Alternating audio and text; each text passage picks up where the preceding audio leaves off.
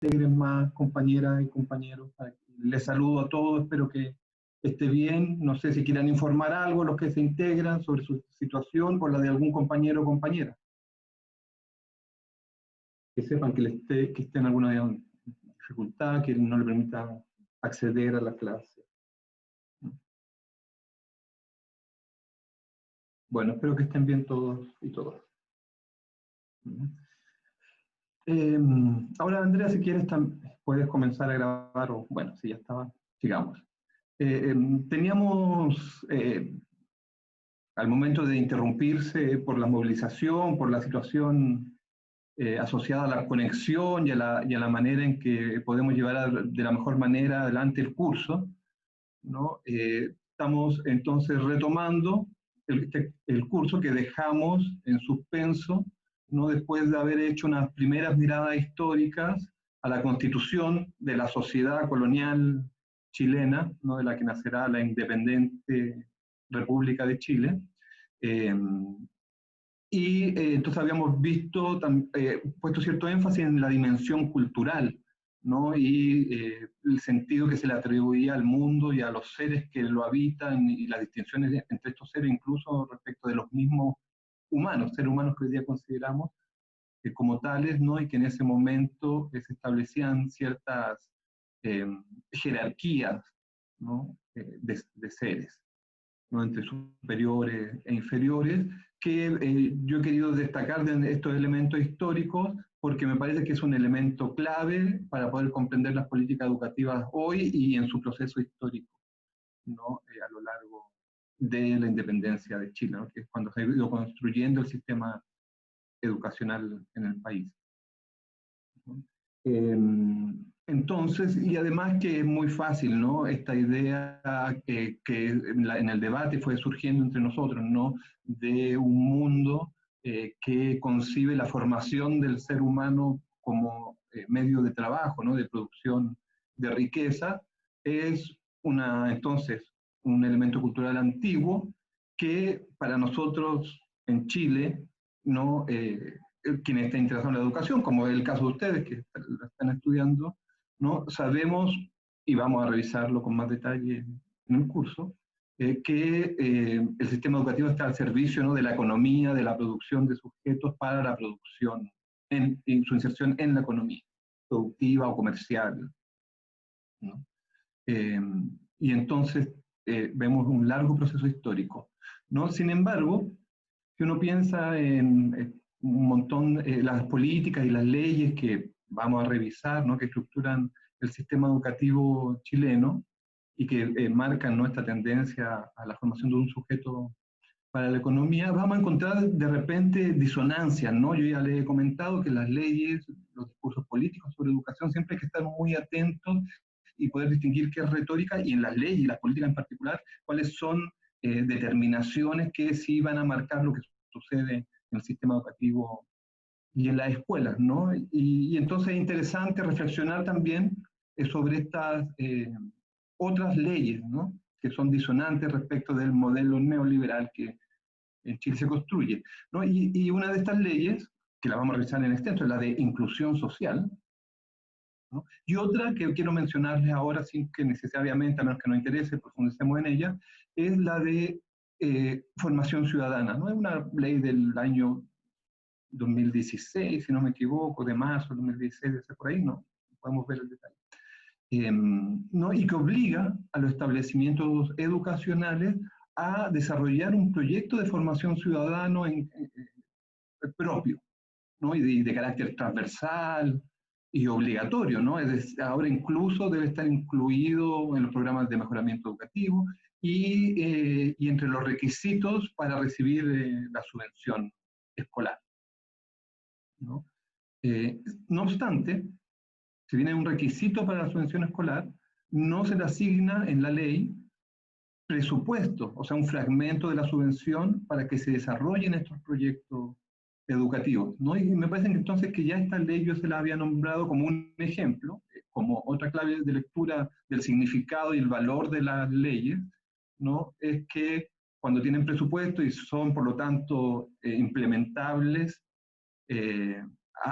afectan la realidad educativa, ¿no? En cambio, cuando son más bien, no tienen un presupuesto asignado, ¿no? Son más bien retórica, ¿no? Si no hay presupuesto para ejecutar, es muy difícil implementar, y eso es lo que ha pasado en la práctica, ¿no? Las primeras miradas no sistemáticas, yo no conozco todavía estudios sobre la implementación de esta política, que lleva 3, 4 años implementándose, no, pero las noticias que he tenido por distintos investigadores y actores educativos, ¿no? Es que, y no sé qué, y ustedes podrán comentar también información que tengan eventualmente de sus centros de práctica o otros establecimientos a los que estén vinculados, pero lo que la escuela hace es que todas las actividades patrias o de convivencia, de diálogo que ya tenían del Día de la Paz, de interculturalidad, ¿no? Que ya venían desarrollando, influenciados por una u otra política educativa o proyecto educativo institucional en particular, ¿no? Son recopiladas, cosas que ya se hacían, y son puestas como que ahora forman parte del proyecto de formación ciudadana y son entregadas, ¿no? Solo quisiera agregar que esa ley, de todas maneras, en el currículum de la enseñanza media incorpora además una asignatura especial de formación ciudadana, que recién se está implementando, ¿no? Y en ese sentido, eso puede eventualmente tener un mayor efecto, habría que investigar y visualizar, ¿no? Es una ley reciente. Pero la quiero destacar acá es porque si no tiene presupuesto, si no es una ley muy relevante, no, es por qué fue promulgada, ¿no? Y uno podría, dando una respuesta rápida y bien esquemática, pero no por eso, en este caso muy cierta, es que esta política responde a las demandas del movimiento social y estudiantil en particular, por formación ciudadana, ¿no? Eso ya fue algo que se mencionó en el 2006, no parte del petitorio de la Revolución Pingüina, ¿no? Que fue variando a lo largo del tiempo, pero no era una demanda específica. Sí, el 2011, ¿no? Tanto la Coordinadora Nacional de Estudiantes Secundarios, la CONES, ¿no? Como la asociación, la Asamblea Coordinadora de Estudiantes Secundarios, las ACES, ¿no?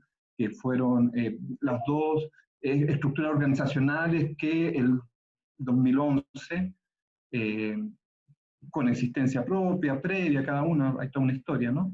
Pero que dan conducción y estructuran el movimiento secundario del 2011, que fue tan grande como el del 2006, pero estaba combinado con el movimiento universitario, ¿no? Que hacía sus grandes movilizaciones frente a la primera crisis de deuda CAE, del final de CAE, ¿no?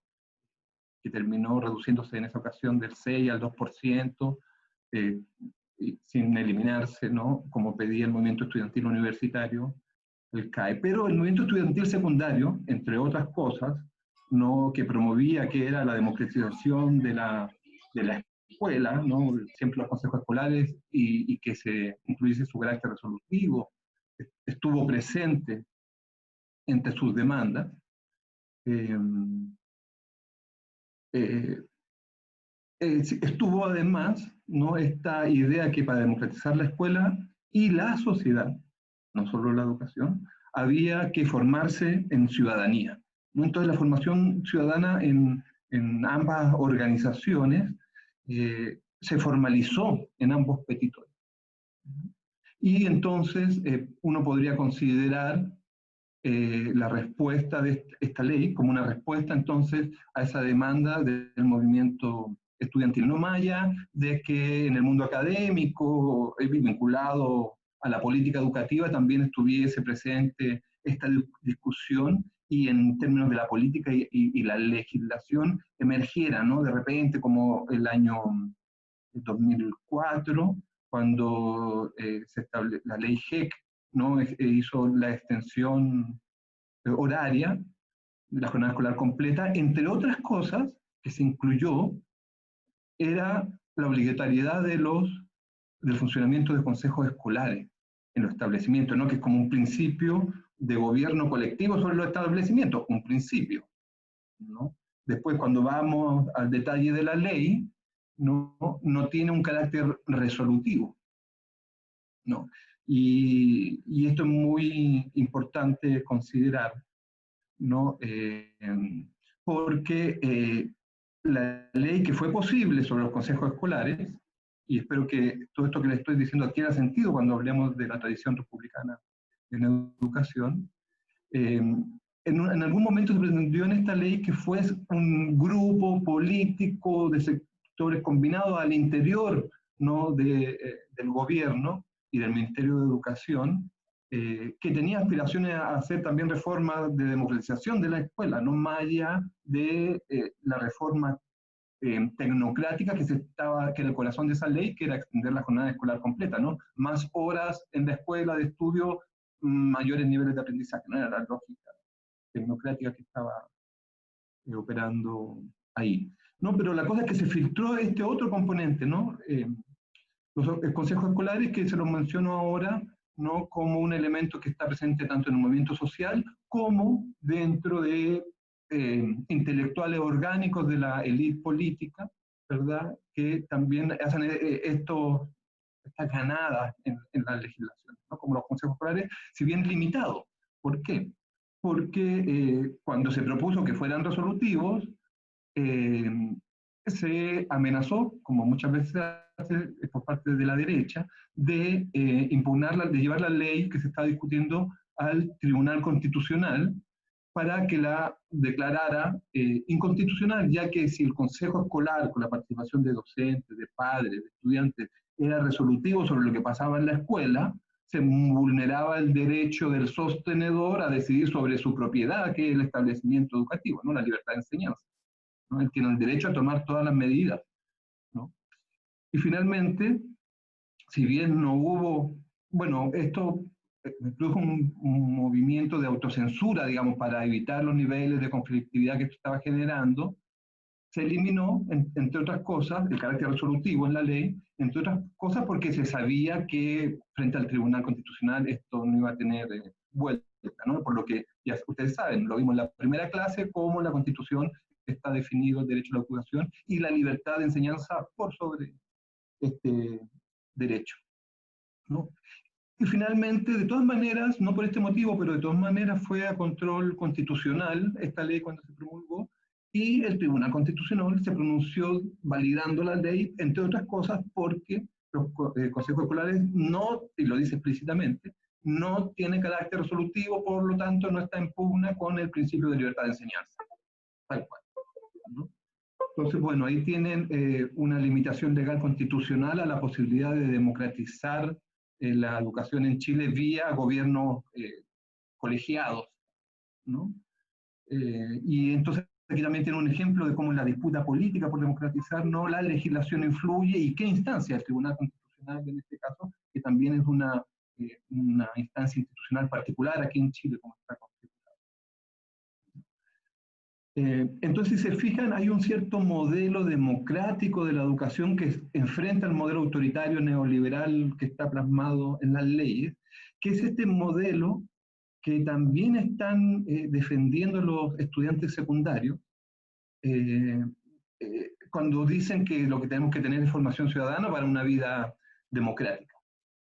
Pero, ¿de dónde toman los estudiantes esta idea, ¿no? Que además, más allá del discurso, tiene una forma de concreción histórica y práctica en su propia dinámica interna, ¿no? Porque ellos ejercen esta democracia en sus asambleas, ¿no? Directamente, ¿no? Que vamos a ver un elemento muy importante del modelo republicano en términos políticos y que se relaciona también con la educación y con el derecho a la educación, como lo vamos a ver en las normas internacionales.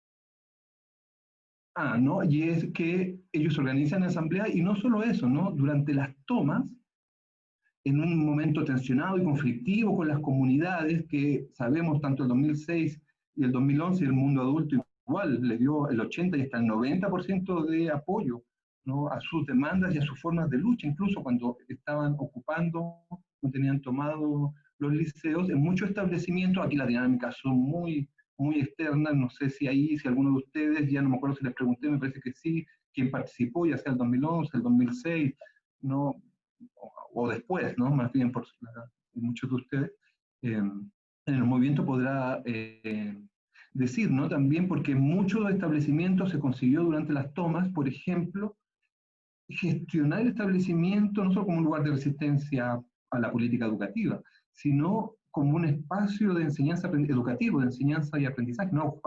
Autogestionando talleres de aprendizaje, y mucha gente de la universidad, entonces también fue a algún establecimiento, y ahí el currículum lo organizaba la propia comunidad estudiantil, y los estudiantes normalmente invitaban a los padres, a algunos profesores que se atrevían a solidarizar con ellos, ¿no? En un marco represivo, ya sabemos, además que marcaba el momento, ¿no? Y entonces, fíjense, eso que era el consejo escolar formal, que se le limita en su carácter resolutivo, era la orgánica que se dieron durante la toma, donde la asamblea decidía con otros actores que se volvían actores educativos en ese momento, que eran otros estudiantes, académicos, vecinos, ¿no?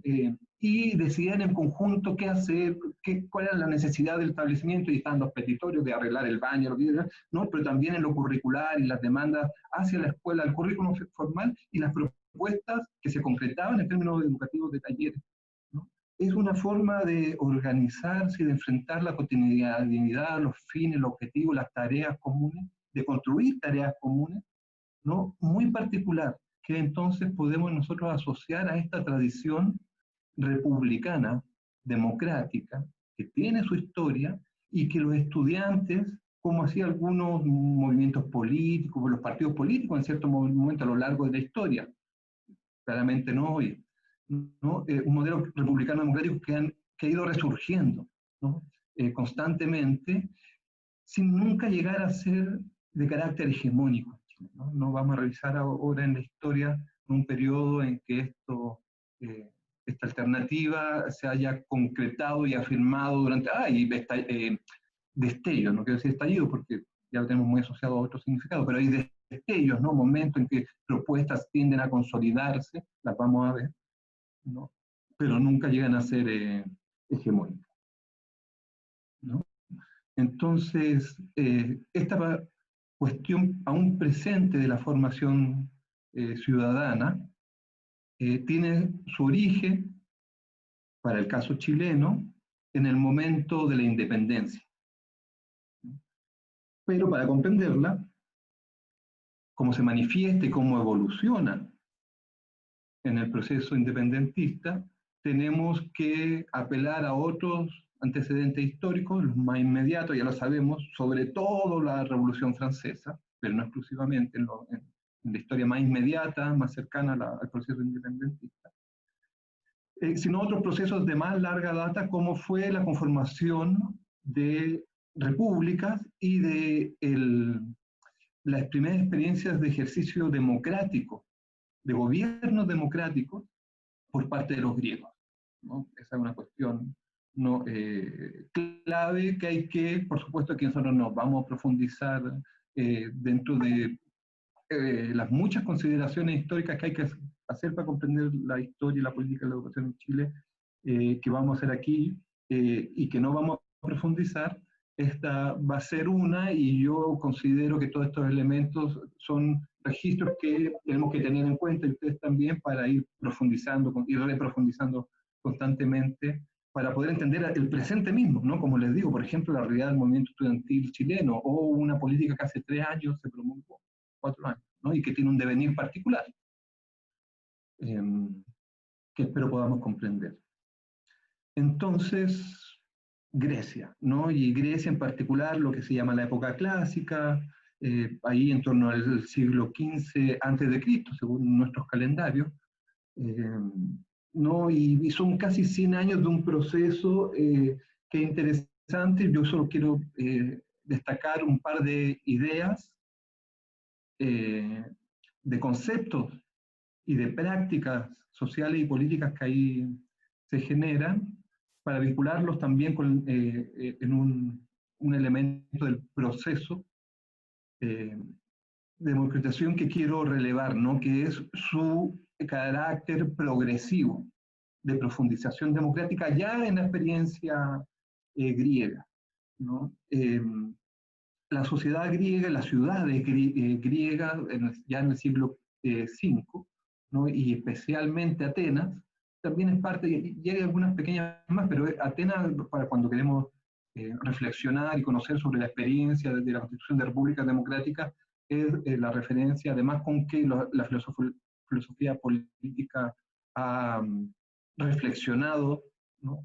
Ha iniciado su reflexión sobre estas cuestiones de la democracia y de la tradición republicana, con Aristóteles mismo, eh, eh, va formulando una reflexión y unos conceptos, ¿no? Donde la idea de libertad y ciudadanía son centrales, ¿no? En esta configuración, en esta cosmovisión, en este paradigma cultural y societal, ¿no? Tenemos que tener pensado Atenas, que es una ciudad, en ese momento no son ciudades muy grandes, ¿no? Y que tienen un núcleo urbano protegido, porque época en que se pueden invadir en cualquier momento, ¿no? Pero todo un entorno agrícola, no terratenientes, en que las familias, los núcleos familiares ampliados, ¿no? Conforman lo doméstico en un espacio de producción común que tiene tierra a disposición, entre otros medios para la producción, y que son vecinos y están integrados a la vida urbana, donde también a veces comercializan, intercambian sus productos agrícolas, y donde se ha desarrollado además una serie de actividades propiamente tal en torno a la producción de bienes del bienestar cotidiano, ¿no? Artesanos, constructores, ¿no? Pero también de artistas, de pensadores, de filósofos. ¿No? Eh, y donde también hay, como dije, artesanos, ¿no? Además de propietarios, hay gente dedicada al comercio también, y hay esclavos, ¿no? Eso es muy importante. Hay esclavos, ¿no? Y en realidad los ciudadanos libres son todos aquellos que tienen esclavos y están libres del trabajo diario para subsistir, ¿no? Esa es la primera noción de libertad en la cultura griega, ¿no? Entonces, quien se identifica como hombre libre es aquel que es libre para hacer lo que quiera porque no está obligado a trabajar, no el que está obligado a trabajar eh, todo el día, ¿no? No puede dedicarse y decidir, por ejemplo, a la política o al arte, ¿no? O a los deportes, ¿no? Algo muy valorado entre estas culturas. U otros placeres, ¿no? Eh, y entonces esa libertad eh, es un concepto natural, ¿no? De los hombres libres, son ellos, ¿no? Se pueden identificar porque conviven entre ellos, tienen negocios, ¿no? Entre ellos, asuntos familiares, además. Eh, y tienen la preocupación de cómo mantenerse libres en su comunidad de iguales, de hombres libres. ¿Cómo hacemos para que nosotros, entre los hombres libres, no nos subyuguemos, nos subordinemos unos a otros, para que no tengamos que ser como esclavos, ¿no? Los esclavos lo que hacen en el día es lo que otros deciden que tiene que hacer. El esclavo no es libre de decidir lo que él, no solo porque no tiene los medios, tiene que trabajar para subsistir, digamos, sino porque además está sometido a la voluntad de otro.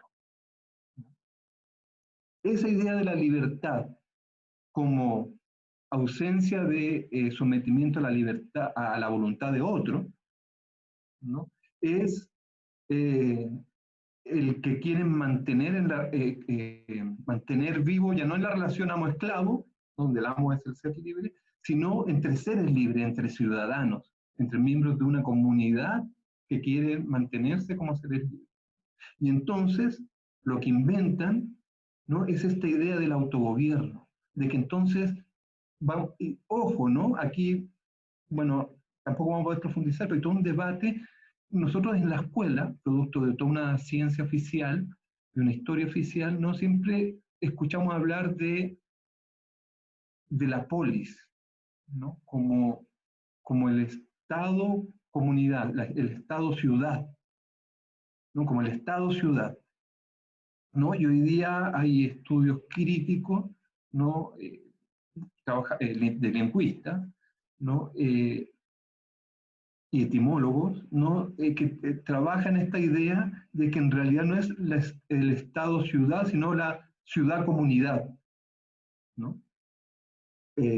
Porque lo que ellos son es una comunidad de seres libres que para mantenerse libres se van a autogobernar, es decir, nadie va a ser excluido del gobierno comunitario, del gobierno de todos.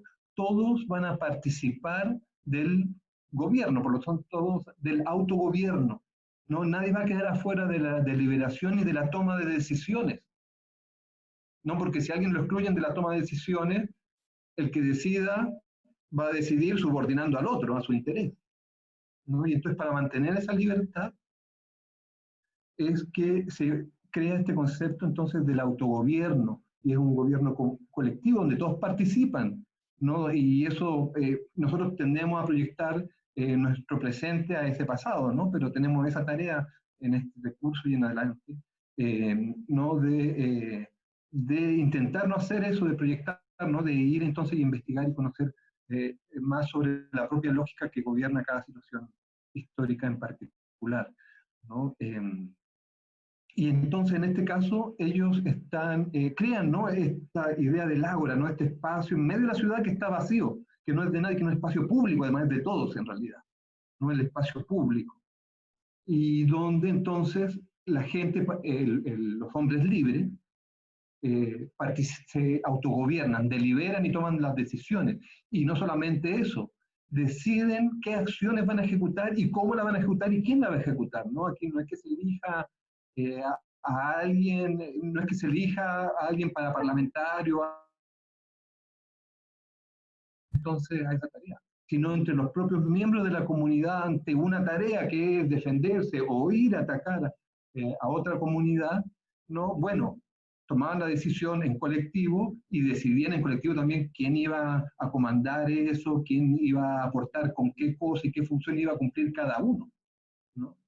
Es decir, no era un solo autogobierno en el sentido de un parlamento, un ejecutivo que toma decisiones, ¿no? Que decide leyes o políticas, sino también es el espacio donde se organiza la ejecución de esas decisiones que se toman, ¿no? Y no es entonces bajo la lógica más de un gobierno representativo como se tiene hoy día, que es de origen más liberal, eh, sino entonces de una participación directa de los ciudadanos en el gobierno.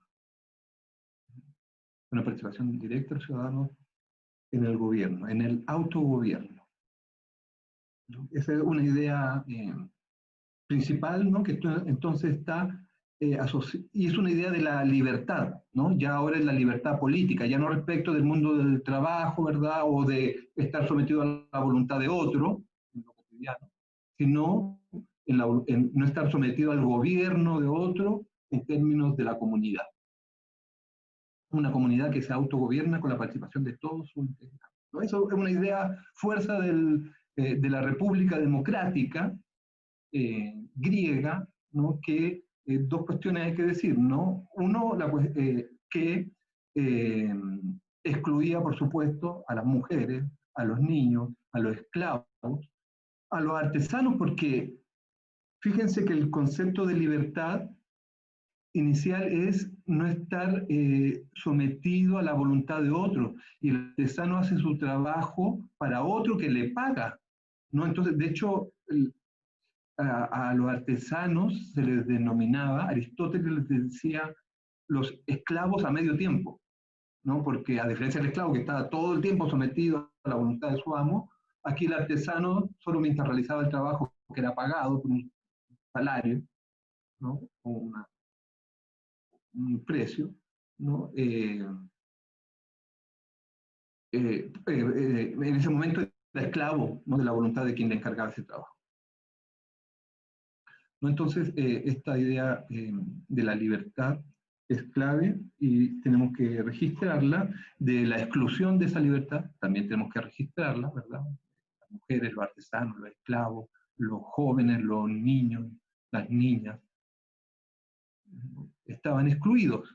Pero a la vez entonces, y esa es la otra idea que quiero rescatar, es la del proceso que significó esto alrededor de 100 años, ¿no? Donde, voy a decir partidos políticos, pero son agrupaciones, tendencias, movimientos partidarios, por ejemplo, ¿no? De que hubiera mayor participación de aquellos ciudadanos que se dedicaban a la producción agrícola, ¿no? Porque cuando se hacía la asamblea, que podían estar 200, 500, 5.000 personas, ¿no?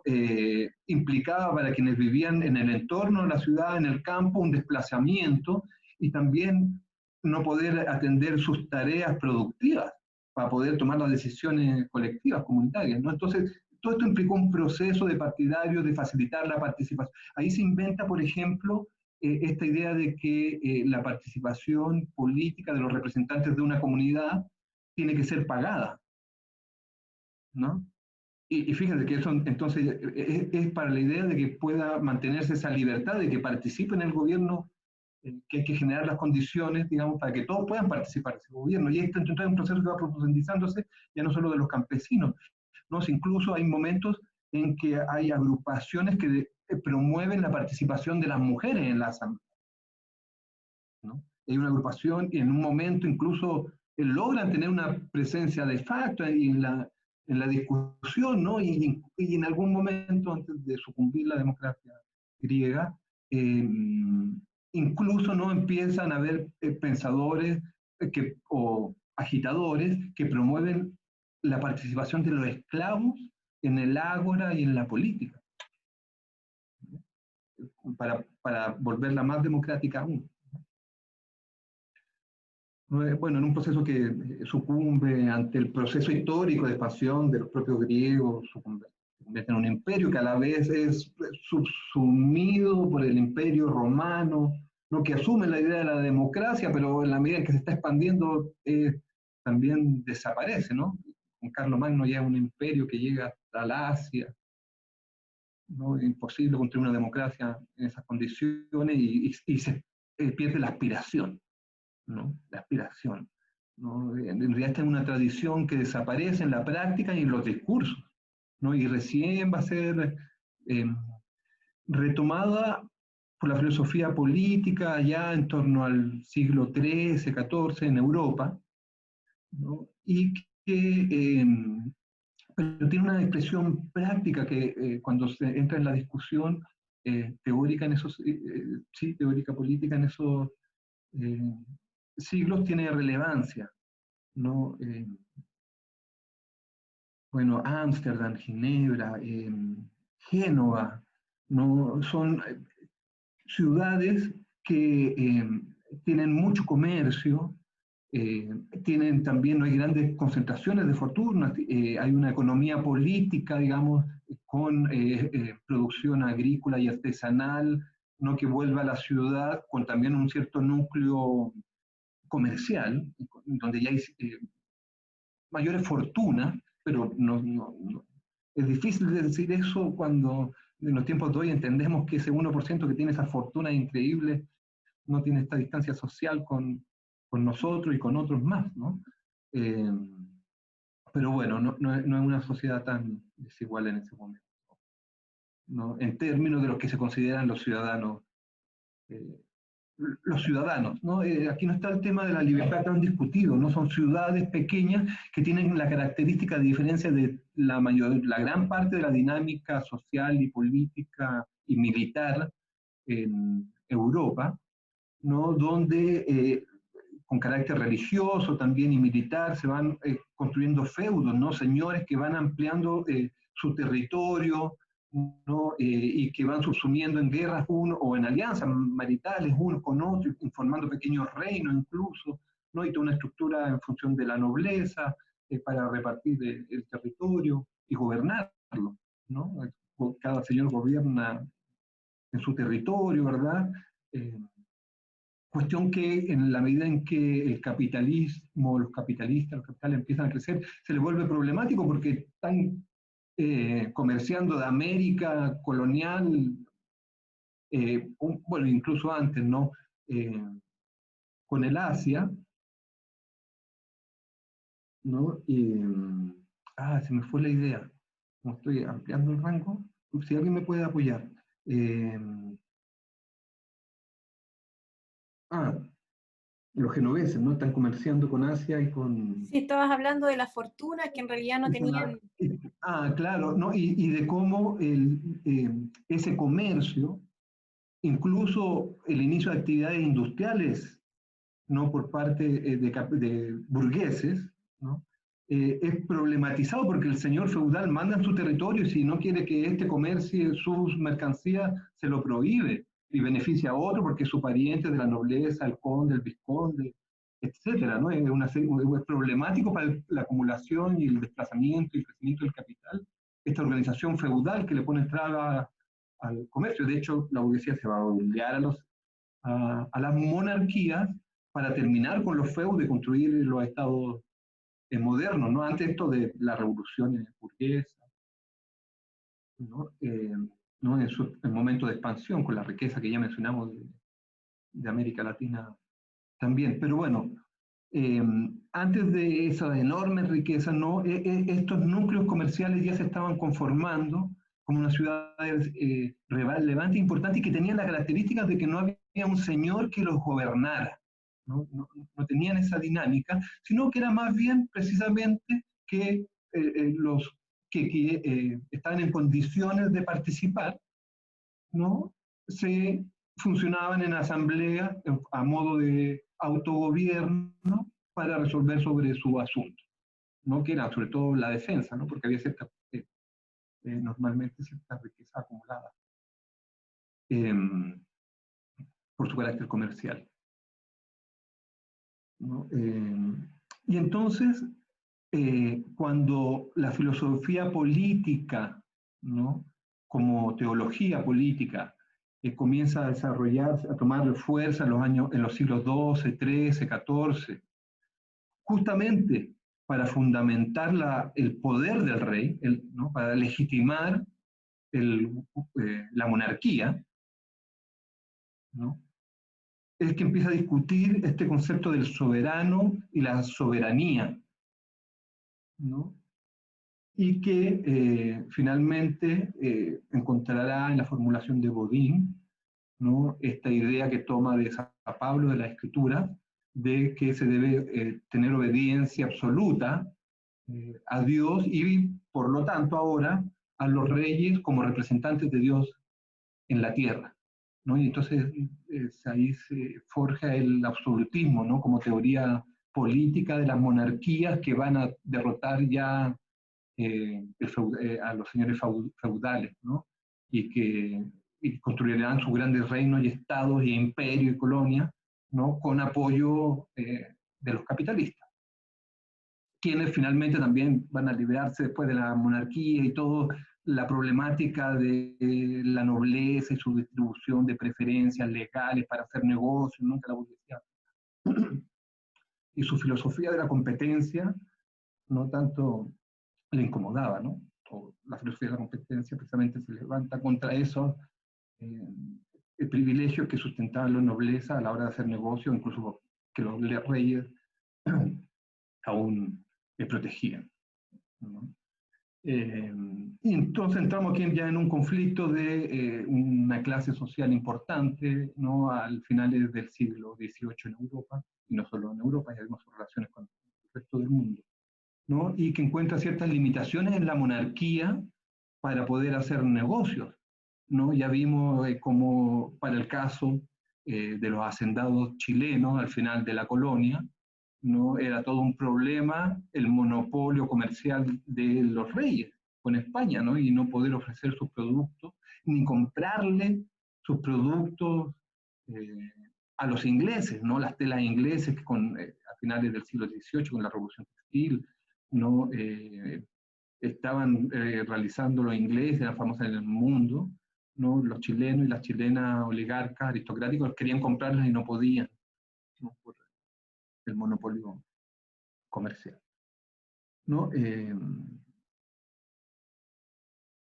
Bien, la cosa entonces, tenemos esa tradición republicana en pequeñas ciudades europeas del siglo XII que sucumben también, no ante la lógica monárquica, que también la subyugan finalmente, y desaparecen, pero como formas de autogobierno, como república, sin embargo van a quedar en el imaginario y en la teoría política fijadas como experiencias a partir de las cuales se reflexiona y se fundamenta una teoría republicana, que es en realidad una teoría que busca encontrarle un nuevo fundamento al Estado o a los gobiernos, ¿no? De una nueva legitimidad, ¿no? Quiere ya no legitimar el gobierno real por medio de la voluntad divina. Aquí hay toda una discusión de la teología política muy interesante sobre el cuerpo del rey, ¿no? Y su carácter divino, pero el rey se muere, entonces a la vez es mortal, ¿no? Y tiene que arreglársela la teología para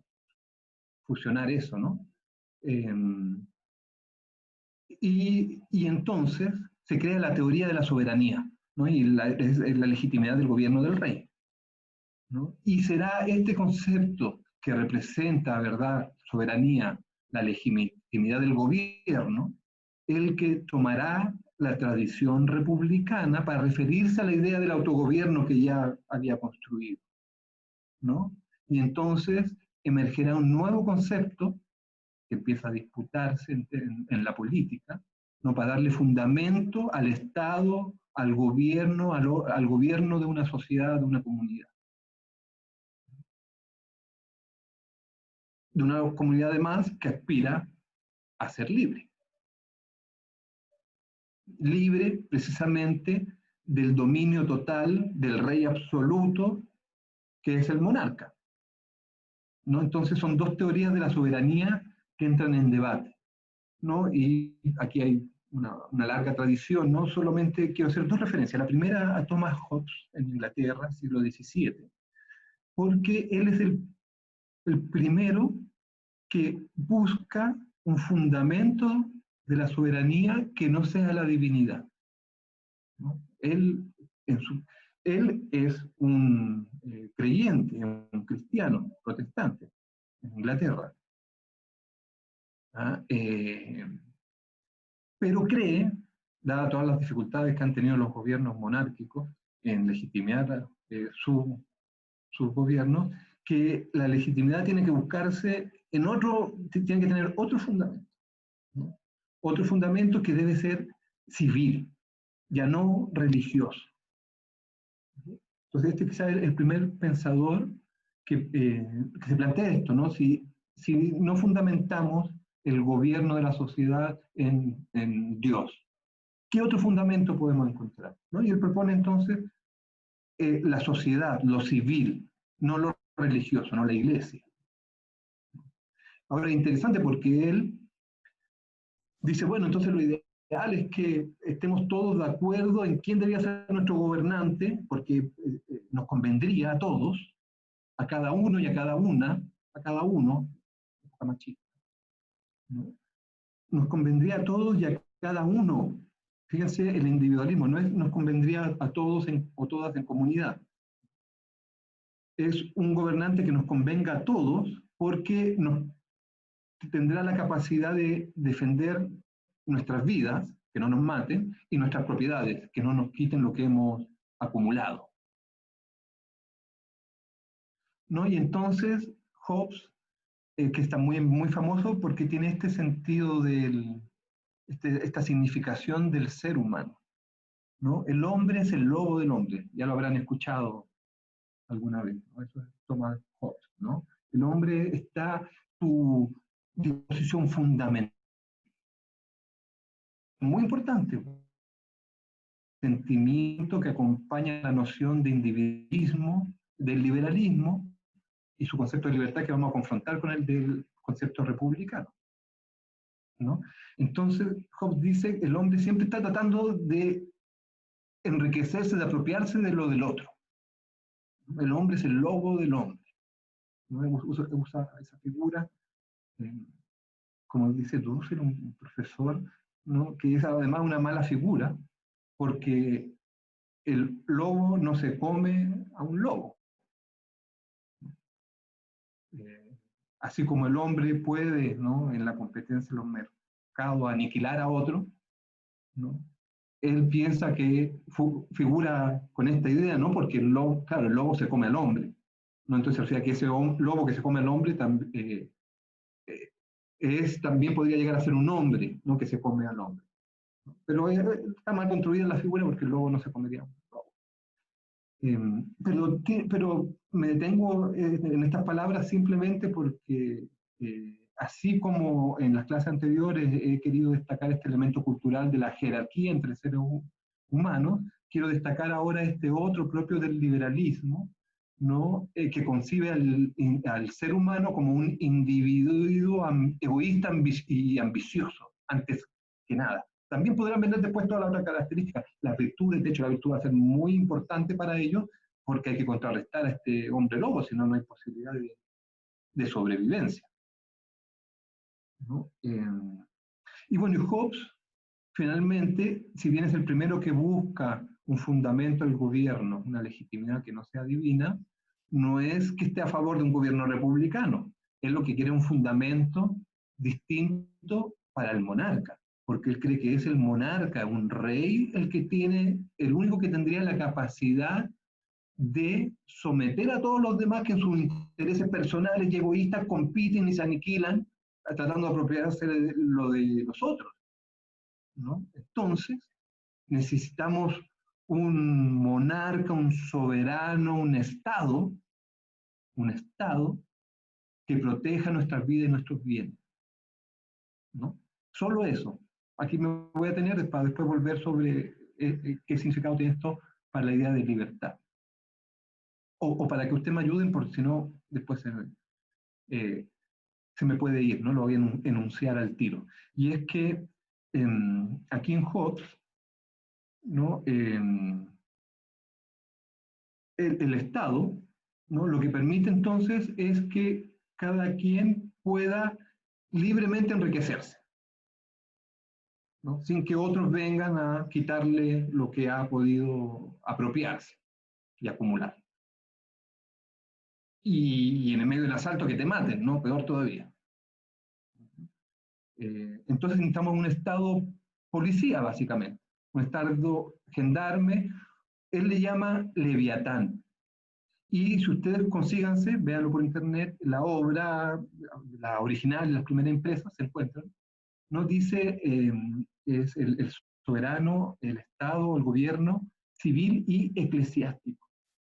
Y es por lo siguiente, que dice civil y eclesiástico. Él está, recuerden, buscando otro fundamento, no religioso, civil. Pero además igual le pone eclesiástico a su propuesta de Estado policial, ¿no? Y es porque dice que en todas sus reflexiones, finalmente, una de sus conclusiones es que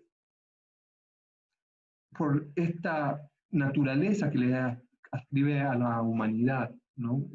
Competitiva en la apropiación de los bienes, hay que contenerla. Se necesita un Estado policial para que uno pueda ejercer su libertad en ese sentido, y de enriquecimiento. Y por lo tanto, el Estado policía no puede hacer otra cosa más que limitarse a aquello, ¿no? No puede además tratar de promover negocios, meterse en la economía, ¿no? Eso irá engrosando en su ideario el liberalismo. No, porque eso sería opresión, ¿no? En la medida en que la libertad es la libertad para enriquecerse, si alguien te limita, ¿no?, a hacer un determinado negocio, te está oprimiendo tu libertad de enriquecimiento.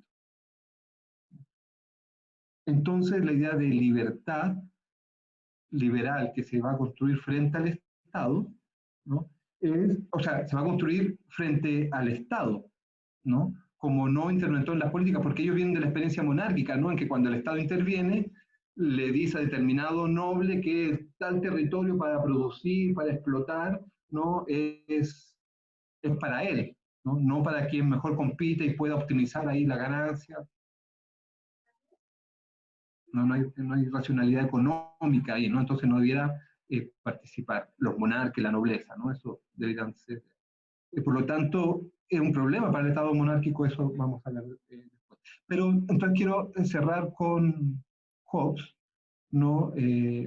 Para que, ¿por qué? Porque este ideal del ser humano como un sujeto individual egoísta se origina aquí, asociada a la teoría política del Estado, y genera entonces la idea de un Estado policial que además no debe oprimir la libertad económica de los individuos.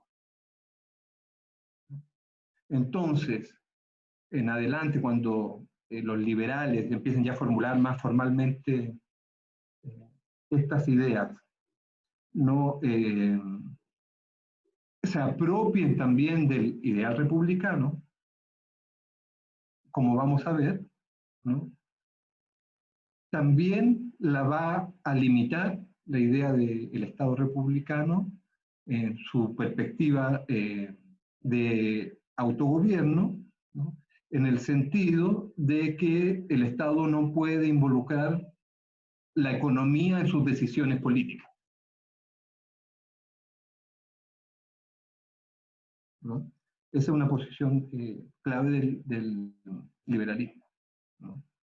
Que después, bueno, si la hacemos expansible a la educación ya entendida como actividad económica, ¿no? El Estado no debería, puede financiarla, pero no debería de intervenir ahí en cómo se distribuye.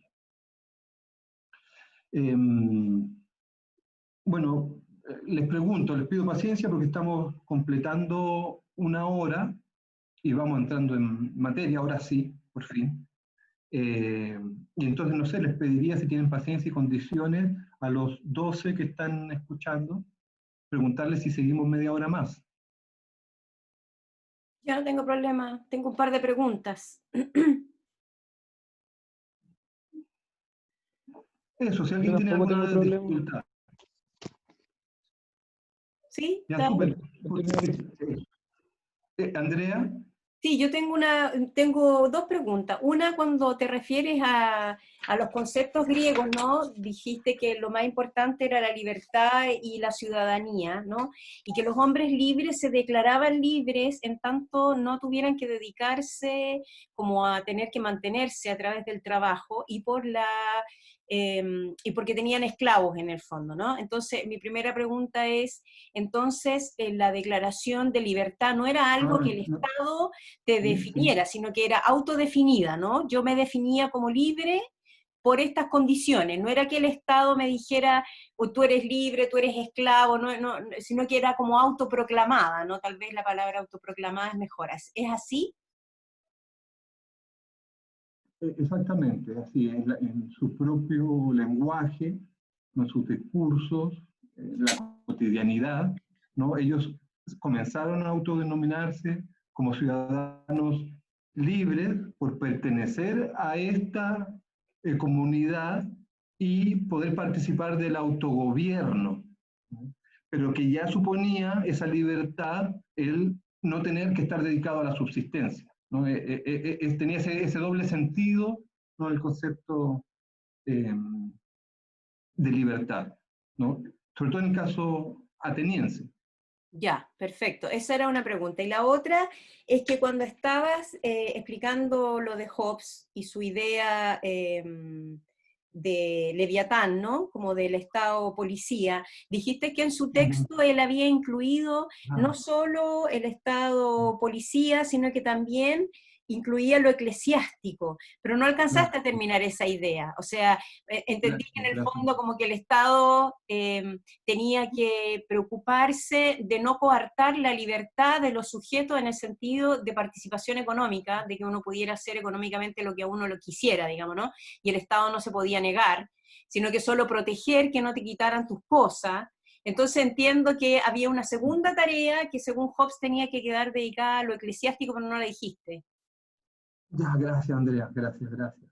Sí, dentro de harto de esos apoyos, para retomar, hay muchas ideas que les quiero transmitir, entonces algunas se me quedan en el tintero. Y aquí es que, claro, no civil y religioso, porque él en sus reflexiones y dado esta convicción del carácter del ser humano egoísta, ¿no? Llega a la conclusión de que no van a querer. ¿Quién va a querer? Todos van a querer ganar, porque esa es su naturaleza, ¿no? ¿Le entiende? Entonces dice que al final la única manera es el miedo, ¿no? Es el miedo a la amenaza policial, la física, a la represión, ¿no? A la violencia, ejercido para aquel que viola la voluntad del soberano.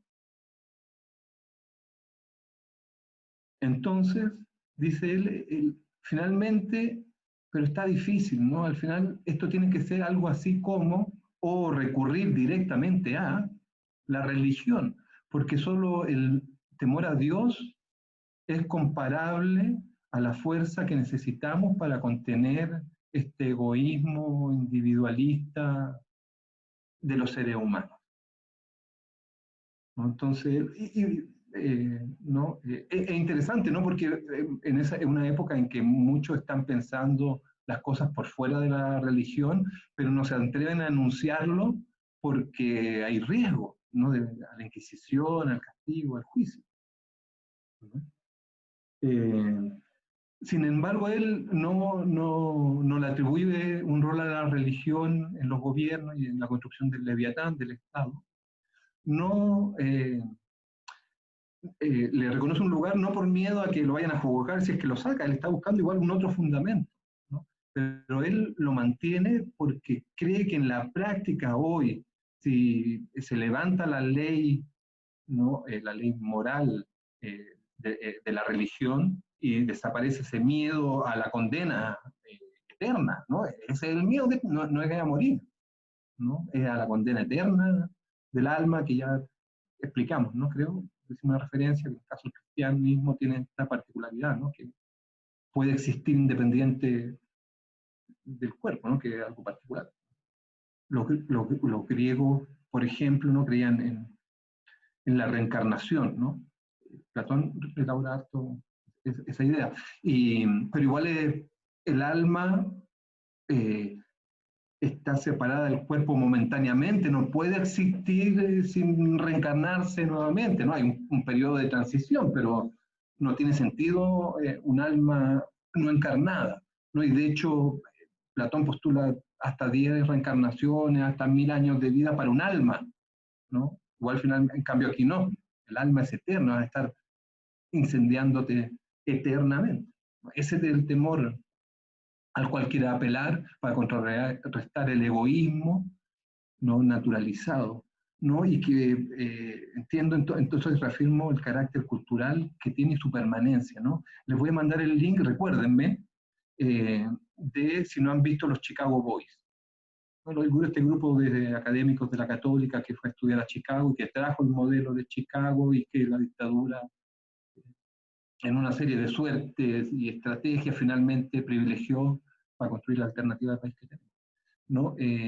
Y ahí, de una manera maravillosa, ¿no? Se retrata esta ideología viva, ¿sí? En estas personas y que son quienes han determinado de buena manera nuestra suerte, ¿no? Ustedes estén, por ejemplo, estudiando no en una universidad pública gratuita, sino que tengan que pagar por esta mercancía, ¿no? Así. Y entonces, pucha, les quiero, no sé, proponer, creo que contesté la primera pregunta, Andrea. La segunda tiene que ver con qué hacemos, supongo. No, si ya dijimos que, o sea, nadie se opuso, así que dale, ¿no? Okay. Ya, gracias, les agradezco.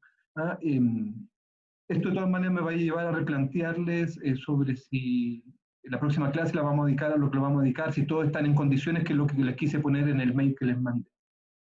Pero retomemos, eso es para lo que estamos al final, digo. Entonces, tenemos a un movimiento intelectual, filosófico, ilustrado en Europa, que también tiene presencia en América. Recuerden que el colonialismo tiene como seres superiores a los blancos europeos, ¿no? Y que aquí quienes gobiernan antes de la independencia son españoles, ¿no? Pipiolos. No, los criollos, los nacidos acá, no tienen derecho a gobernar, ¿no?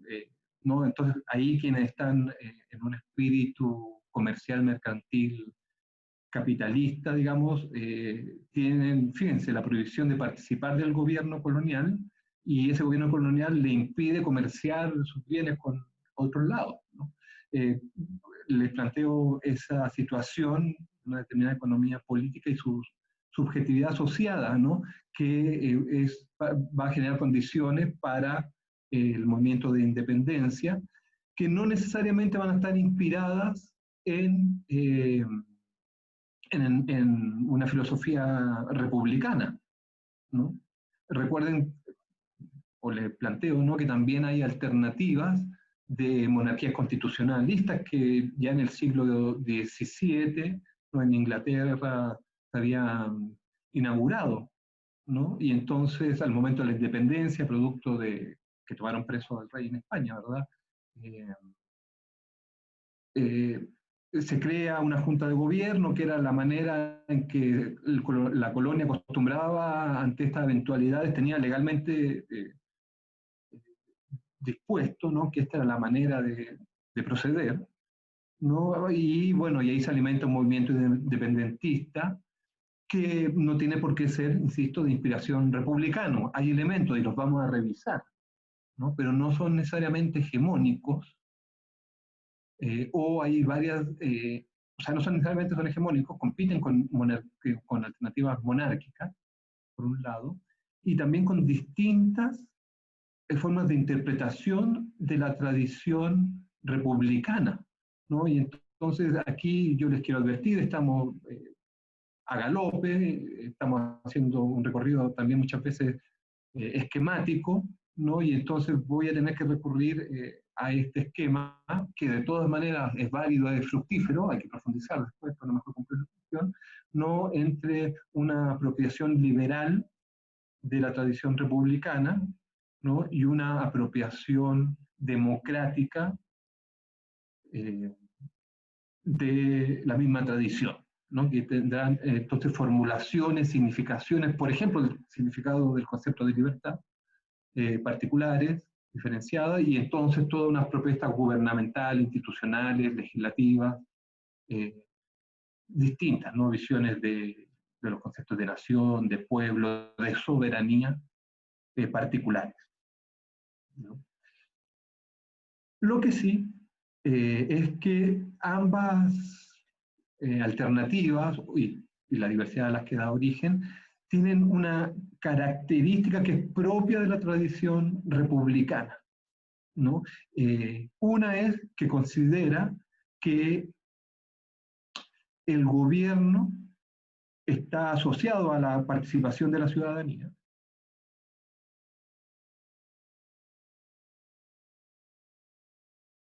¿no?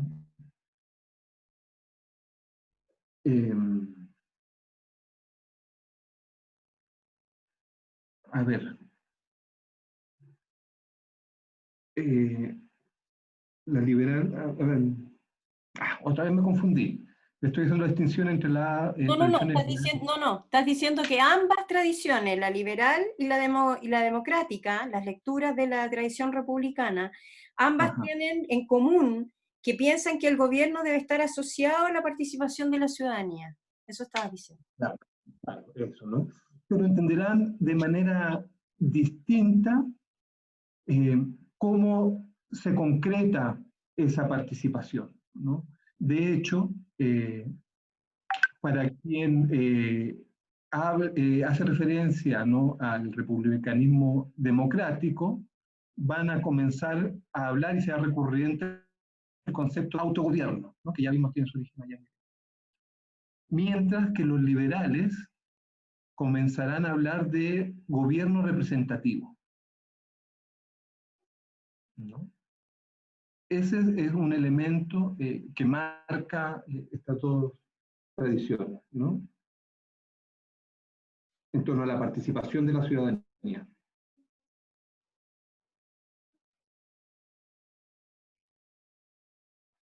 ¿no? Y Eh, lo otro es el concepto de libertad. Sí, Andrea. No, no, es que te iba a preguntar como para bajarlo más a a la realidad. Yo no sé nada mucho de historia, por eso además me pierdo un poco, pero por ejemplo, un ejemplo de una idea republicana democrática sería la Asamblea Constituyente. ¿no? Que pudiéramos tener una asamblea que decidiera, ¿no? Donde todos participáramos, en fin. Y una idea liberal, republicana, leída desde lo liberal, sería lo que tenemos ahora, ¿no? El Congreso, qué sé yo, la Cámara de Diputados y toda la WIFA. Eso es una idea, ¿no? Como un ejemplo para entender. O sea, el Sí, pero autogobierno. está bien, es que en tu pregunta hay mucha tela que cortar. Eh, eh, a ver, sobre la Asamblea Constituyente, ¿no? A ver, lo que pasa es que otra vez hay que, claro, revisar en la historia, ¿no? Y ya dije que el hecho histórico, quizá la experiencia histórica más relevante para el movimiento independentista chileno fue la Revolución Francesa, ¿no? Y la Revolución Francesa, una de sus características es que, otra vez, los esquemas son incómodos, ¿no? Porque la Revolución Francesa en realidad es un proceso de 40 años a partir de 1779, ¿no? No es el 79, el 90 y el 91 que surge la primera constitución de esa revolución, lo que llamamos Revolución Francesa, ¿no? Tiene una continuidad que es importante eh, quizá detallar incluso para la comprensión a fondo del proceso chileno, ¿ah? Porque cuando el tercer estado, ¿no? Cuando la nobleza y el rey llama a los estados generales, ¿no? A esta asamblea para decidir la situación que se va a seguir en el país, donde participan los tres estados, ¿no? La nobleza, el clero y los artesanos, burgueses, profesionales que ya hay, ¿no? Que son el tercer estado, eh, ¿no? Que se declara independiente, ¿no? Y llama a su propia convención constituyente para darse una constitución, ¿no? Que no necesariamente iba a ser una constitución republicana, no monárquica, ¿no? Finalmente lo fue. Eh, y entonces el tercer estado, al autoconvocarse, ¿no? Crea también esta asamblea donde finalmente logran convocar, también hacer participar al clero y a la monarquía y sacar una nueva constitución. Eh, entonces, pero la constitución es una constitución liberal, ¿no? Que finalmente, y que se va a ir reformulando constantemente. La primera del 91, pero ya el 94 tienen otra, el 95, el 99, el 1805, y en el 10 y el 19, ¿no? Napoleón mismo reformula 3 veces eh, la constitución, ¿no? Sin asamblea constituyente, ¿no? Eso es un momento y que no necesariamente es de todo el pueblo participando, ¿no? En la Asamblea Constituyente. Y entonces la Asamblea Constituyente puede dar origen a una constitución, ya una institucionalidad republicana, monárquica, ¿no? No es eso lo que distinguió en la Revolución Francesa, ¿no? Pero sí el concepto de soberanía que surgió y fue dando fundamento a todas estas nuevas prácticas políticas, ¿no? Y que sí, entonces formulaba como soberanía nacional, primero en el caso francés, y soberanía popular después, ¿no? Pero quienes lo formulaban y participaban de estos procesos todavía son oligarcas o estamentos vinculados, ¿no? A la oligarquía que tienen, entonces empiezan a utilizar este discurso más universal sobre el pueblo, sobre la nación, pero de todas maneras tienen una ideología en que segmentan la humanidad en estamentos y en jerarquías. No es una transformación cultural radical, ¿no? Y esto es importante porque ahora que empecemos a leer cómo se manifiesta la tradición republicana liberal y democrática en Chile, ¿no? Es necesario tener en cuenta, ¿no? Porque de repente vamos a leer unos discursos que parecen revolucionarios, igualitarios radicalmente, ¿no? Que habla de la universalidad y demás, pero de todas maneras cuando están hablando de lo universal, de lo popular, de la nación, tienen todavía esta matriz, ¿no? Que usted tiene que tener en cuenta eh, al leer, ¿no? Y Profe, entonces, sí, eso, Pablo.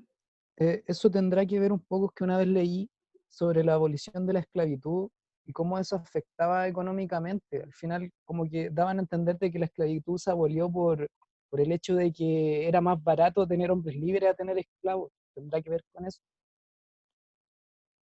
Como la idea, como lo que decía la Andrea de que yo soy libre bajo mis propios términos y al final eso creo que la Constitución se cambió en algún momento de que el hombre tenía que ser libre. Entonces, eso daba opción a que él se hiciera cargo de sí mismo y no tuviera que otra persona hacerse cargo de él y pagar por sus necesidades. Al final, él era libre, entre comillas, pero las oportunidades se las buscaba él, una cosa así. Eso es más o menos como en este tiempo, ¿no? Sí, sí, sí, tiene que ver con esto y interesante lo que planteas, ¿no? Porque muestra una cuestión interesante, ¿no? Como la economía política es una cuestión determinante de los momentos históricos de la vida de la humanidad, pero no solo la economía política, también los momentos religiosos, lo cultural, ¿no? A veces lo artístico también, que tiene un impacto en las vidas grandes, ¿no? Entonces, ¿por qué lo digo? Porque por un lado tenemos esta filosofía política que bebe directamente de la afluente griega, ¿no? Ellos están haciendo rescate de los planteamientos de la tradición griega, ¿no? Entonces, eh, la idea de libertad está asociada a la ausencia de esclavitud, en términos de la filosofía y de la experiencia griega. Entonces, estos filósofos, Rousseau, Voltaire, Rousseau yo quiero rescatar hoy día, destacar, ¿no? Se refieren a esa experiencia. Entonces la idea de la libertad es justamente la ausencia de esclavitud, es su antónimo, su opuesto, ¿no? Es la esclavitud que está asociada al sujeto súbdito, ¿no? Servil, que está sometido a la voluntad absoluta del monarca, al señor feudal, ¿no? Entonces la filosofía contra la teología política, ¿no? Eh, lo piensa de esta manera, ¿no? Como el fin de la esclavitud, la libertad como el fin de la esclavitud. Esta filosofía ilustrada, revolucionaria, republicana, porque no toda es republicana, ¿no? Entonces tiene ese, y por el otro lado, ¿no?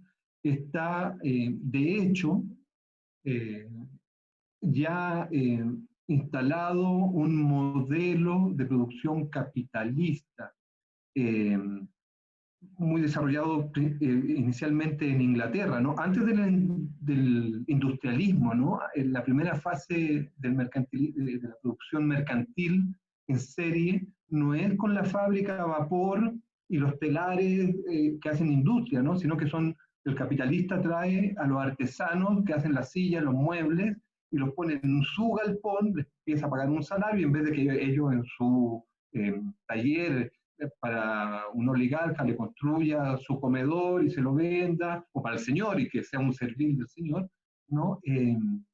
Le pagan un salario a los artesanos, los junta bajo su galpón, les da los insumos y organiza en serie, ¿no? Los que mejor martillan van a martillar, los que mejor acerruchan van a acerruchar, los que pican, ¿no? Y los va especializando y va produciendo en serie mercancías ahora que vende, no son objetos únicos donde el artesano se puede reconocer en el servicio a su señor, ¿no? Ahora estamos alienados, ¿no? Trabajamos por el salario y producimos en serie. Fíjense, todavía no es la industria textil o de otro tipo utilizada por el vapor, ¿no? Son meros talleres que el burgués ha organizado para producir en serie y vender mercancías, ¿no? Que va optimizando la productividad. Eh, y entonces a esos burgueses que no tienen esclavos, sino asalariados, ¿no? Y que les sale más barato que si tuviera esclavos, las ideas revolucionarias de la libertad y el fin de la esclavitud incluso las pueden abrazar como seres ilustrados de razón, ¿no? Que les gusta reconocerse. En ese sentido, claro, es así, ¿no? Porque hay una crítica a esa libertad y que se puede hacer desde la experiencia griega que ellos quieren rescatar, ¿no? En que cada vez que el trabajador trabaja 8, 10, 12 horas por un salario, vende su fuerza, se somete, ¿no? Es esclavo por esas 8, 10, 12 horas de quien, del burgués, digamos, ¿no? De quien le compra es una nueva forma de esclavitud, pero que es más barata que mantener al esclavo, tenerle casa, tenerle alimentación, preocuparse de su familia, ¿no? Esas son lógicas que se van articulando y se potencian y son asimilables, ¿no? A lo mejor con esa burguesía en ese momento ya ha sido contradictoria, no hubieran asimilado esa idea que además va teniendo consecuencias, ¿no? Porque en la medida en que la burguesía liberal asume el curso republicano de la libertad, ¿no? No que encubre, es verdad, ¿no? La nueva esclavitud asalariada, ¿no? Eh, pero se apodera del discurso de la libertad y lo formula como el fin de la esclavitud, ¿no? Como un discurso progresista, emancipador, ¿no? Cuando la realidad, ¿no? Ya vimos la otra vez, ¿no? Los niños cómo demandaban un poco de libertad, ¿no? Para hacer algo, para estudiar, para aprender a leer, para descansar, para entretenerse, jugar, lo que sea, ¿no? Estas son ideas y movimientos, ¿cómo se dice? Prácticos, concretos, materiales, ¿no? De la historia, que se articulan, ¿no? Y le dan su particularidad formal a la historia. Entonces, para cerrar, porque ya me alargué de nuevo, no sé si, Pablo, respondo a tu pregunta. Sí, sí, sí me aclara más la idea. Yo lo agradezco además. Eh, eh, entonces, hacer con el link, ¿no? Solamente el link porque lo vamos a retomar, veamos si la próxima clase o después de que se haga el trabajo con las fichas, si estamos en condiciones para hacerlo en la próxima clase. ¿No? Entonces, va a haber un grupo de pensadores que, enfrentados, ¿no? La oligarquía chilena a la situación del presidio del rey, de tener que fundar una junta de gobierno y la posibilidad entonces de independizarse, porque de hecho España misma en 1812 en Cádiz promulgó su propia constitución, ¿no? Para enfrentar a, una vez liberado de los franceses, ¿no? Y para enfrentar un nuevo periodo de monarquía, ellos no querían república, o un nuevo periodo de monarquía, pero constitucional, ¿no? Entonces, por eso mismo acá la Junta de Gobierno también se dio, ¿no? A la tarea de crear una constitución, ¿no? Ya sea que volviera el rey o no. Y ahí entonces las corrientes republicanas se acrecentaron, encontraron posiciones, porque además era un movimiento latinoamericano, ¿no? Hay que pensar que San Martín es quien libera finalmente Chile, ¿no? Que está Bolívar y ahí hay un discurso que es republicano, en el cual se producen alianzas, ¿no? Y que hay también en el cuerpo ilustrado de la oligarquía chilena integrantes que lo conocen y lo defienden y lo promueven. No hay que tener en cuenta que una oligarquía colonial, ¿no? De origen europeo, que creen que son seres superiores, ¿no? Y que la juventud formada, sobre todo la que se va a hacer cargo de los negocios de la familia, ¿no? A los 16, 17, 18 años parten a Europa a recorrer Londres, París, ¿no? Y allá estuvieron quienes, con ideas republicanas, ¿no? Van a impulsar la conformación de la República de Chile desde 1910, van a empezar a 1810 a bregar en ese sentido, ¿no? Y en esta ideología republicana con un énfasis democrático, sobre todo en el momento inicial, ¿no? Se le va a asignar o va a aparecer esta idea propia también del modelo republicano en términos políticos, ¿no? Que le da a la educación un rol central en la formación de los ciudadanos ¿no? Que formarán el autogobierno de la República, ¿no? En la versión, en la tradición republicana democrática, no en la liberal.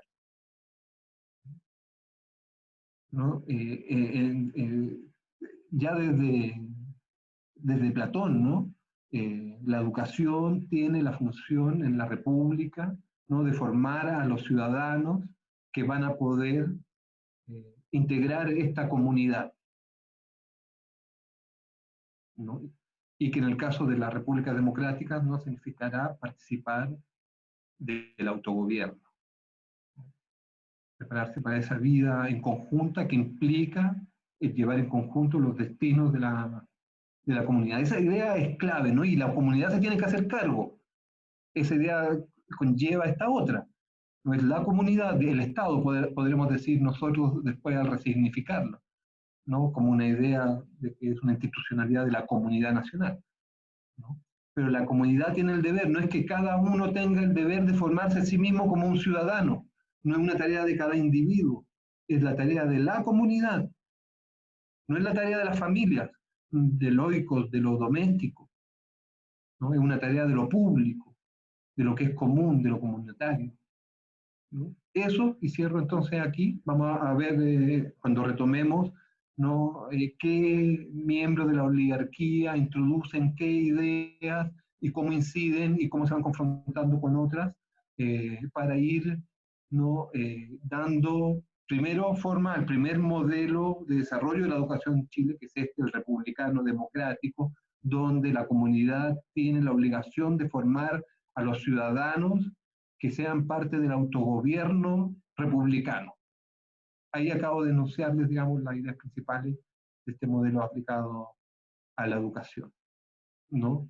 Y veremos, refinaremos cómo esto, en el caso del liberalismo, se combina con el ideal del sujeto económico, ¿no? Productivo, que además busca enriquecerse permanentemente. Que no serán las dos únicas ideas, serán las que primen, finalmente la liberal, pero que además deberán de luchar y combinarse con las ideas monárquicas, conservadoras, tradicionalistas y religiosas de manera permanente, y vamos a verlo entonces también detalladamente. Aquí me callo. Una pregunta, René. Mira, leí mi texto una vez, tengo que seguir leyendo, digamos, ¿no? Pucha, olvidé el autor, pero tiene que ver con el análisis que hace o la comparación de la postura de Hegel sobre la educación. ¿Ah? Sobre Carlos Ruiz. ese, Carlos Ruiz. Ruiz es el autor, sí. Sobre Exactamente. lo público en la educación. Lo público en la educación, claro. Entonces, esta idea hegeliana, digamos, ¿no?, de que la educación es un derecho que debe ser cumplido, de hecho, no por la familia, sino que por el Estado a través de la escuela, para incluir al sujeto en la formación que le permita subsistir, digamos, ¿no?, y ser un actor participante de la sociedad, estaría dentro como de la idea de lo republicano democrático, ¿no? Exactamente. Ya. Exactamente. Sí. Yo por eso dije que hoy día me quería centrar en Rousseau, ¿no? Hegel es uno de los filósofos que han ejercido una gran influencia sobre la filosofía del derecho y de lo público, ¿no? Y que adhiere a estas ideas, ¿no? Y aparte, es bien interesante Hegel porque él sitúa a la filosofía alemana de su época como la culminación de la historia de la filosofía universal, ¿no? Y que piensa, nació ahí en Grecia y culmina en la Alemania de sus tiempos, ¿no? Entonces él, claro, está inspirado en esta idea griega que rescata y desarrolla de esta manera. Carlos Ruiz, un profesor de la Universidad de Chile, que es quizá el que más ha estudiado esta cuestión, ¿no?, de la tradición republicana. No es el único, hay varios, pero él lo ha estudiado además profundizando en las ideas republicanas sobre la educación. Por eso el valor lo incluyamos en este. Hemos incluido al menos dos textos. Es el que menciona que es de más carácter histórico y filosófico de fundamento, y tiene otro que se refiere más a las actuales políticas de educación, de escuela eficaz, ¿no?, tecnocrática. Pero sí, entonces está alineado, ¿no? Bueno, yo les he comentado, estos textos hacen a este curso, ¿no? Y entonces les pregunto, ¿cómo, así como comenta Andrea, cómo les va a los demás? ¿Estamos en condiciones para que la próxima semana la clase pueda ser en grupos, discutiendo los textos, presentándolos? ¿Alguien tiene alguna dificultad que cree que nos va a llegar bien en forma, a tiempo, compartir con sus compañeros y compañeras su texto? O sea, tú habías dicho que el 15 de junio es la próxima clase, ¿sí? Sí, Ahí había que o sea, tener la ficha lista, digamos, ¿no? claro. Ya.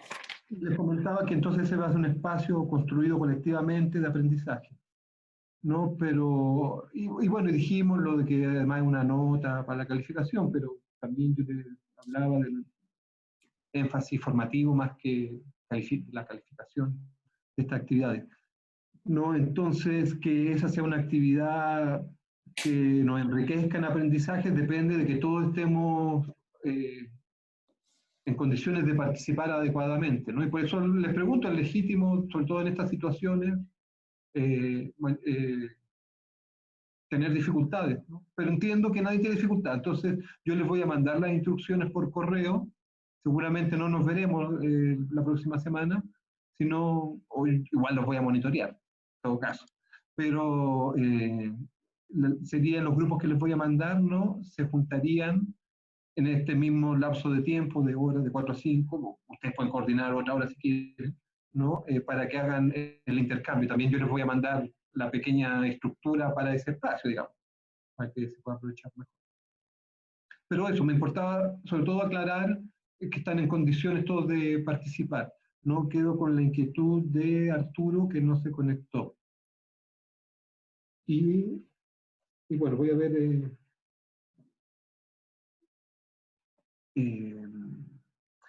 les pido un favor a todos, y es que cuando ahora terminemos esta clase, me envíen un correo de que estuvieron presentes. No es por la lista ni control, sino es para yo hacer un énfasis en la comunicación en que no estuvieron presentes ahora y ver si están en condiciones de participar y que resulte todo bien la próxima clase. Muy importante. Eh, ok, eso. No sé, ¿alguna otra inquietud? Recuerden mandarme, por favor, un correo de que estuvieron presentes. No sé si alguna otra inquietud, planteamiento o preguntas sobre lo que conversamos, sobre lo que se viene. Críticas, problematizaciones. Estamos abiertos, por favor, para que estamos tratando de que esto sea lo mejor posible. La próxima clase tendré más apoyo visual y conceptual o sea, visual, ¿no? Para apoyar los conceptos que les estoy transmitiendo. Bueno, si nadie más quiere decir algo, nos despediríamos, llegaríamos hasta aquí y les envío el mensaje para que en la próxima clase puedan hacer la actividad grupal. Y nos veremos entonces el 22. Ya. Y por eso vamos resolviendo lo que hay que resolver sobre las leyes, todo eso. Ya, René, muchas gracias.